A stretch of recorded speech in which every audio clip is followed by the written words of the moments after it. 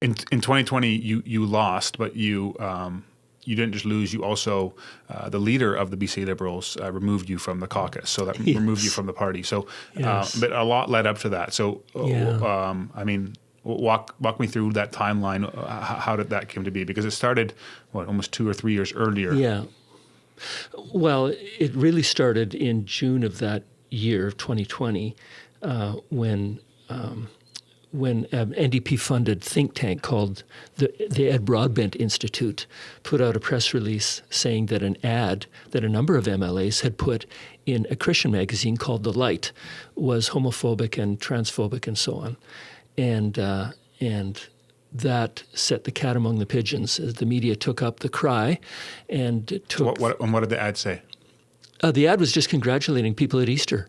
It's just saying to Christians, have a happy Easter. We're MLAs. Every MLA gets an advertising budget.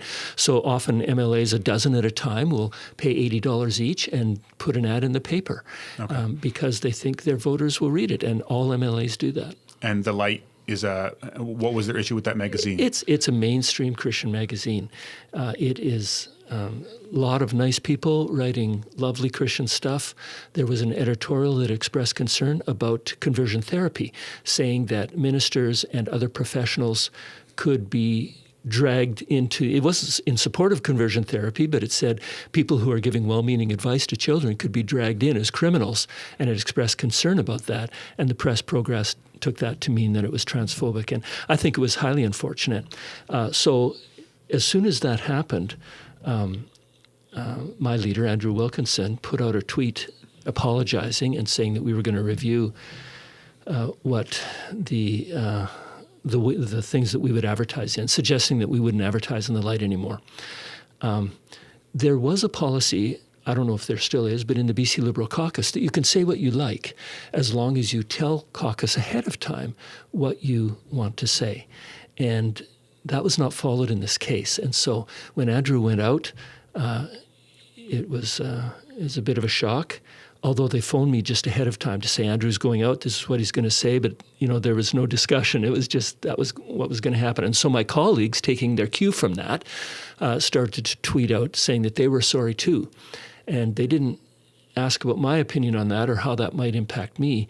To me, that was devastating on a principled basis, in that Christians have their ethic that 2 billion people around the world have followed now for 2,000 years, and that is a fairly narrow ethic. It confirms and affirms heterosexual relationships within the marriage context. And I'm not ashamed of that. I'm a follower of Jesus, and I don't condemn people who believe differently, but I want to believe what I believe.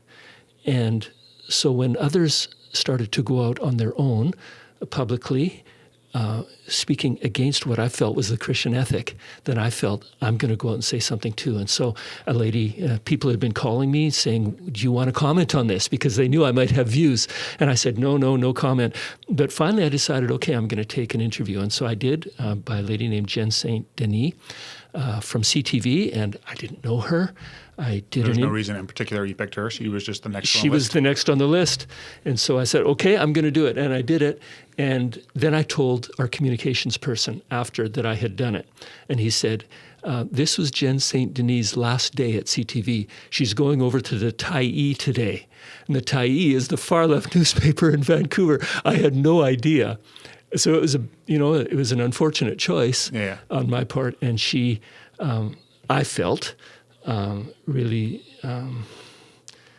I don't like to say twisted. She used my words selectively, and it made me look extremely bad. And that began a chorus of denunciation on Twitter and from the opposition. How did she make you look bad? What did she say? She just left out, I went through talking points that were quite comprehensive, saying that the Christian loves everybody. And the second greatest commandment for the Christian is to love your neighbor as much as yourself. So we don't condemn anybody. Yeah. But she didn't focus on that. And I said,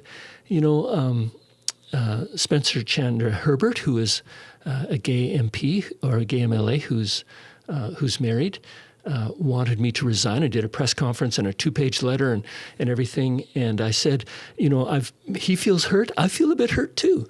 And, I have my beliefs, but my beliefs are followed by 2 billion people around the world. Like, Christianity is a mainstream thing. Yeah. Can't we just get along? Can't we agree to care for each other?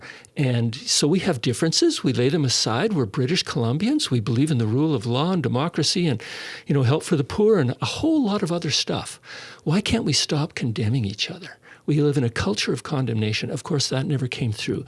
So it was just that, that I would defy my leader by advertising in the light was basically the gist of what came out.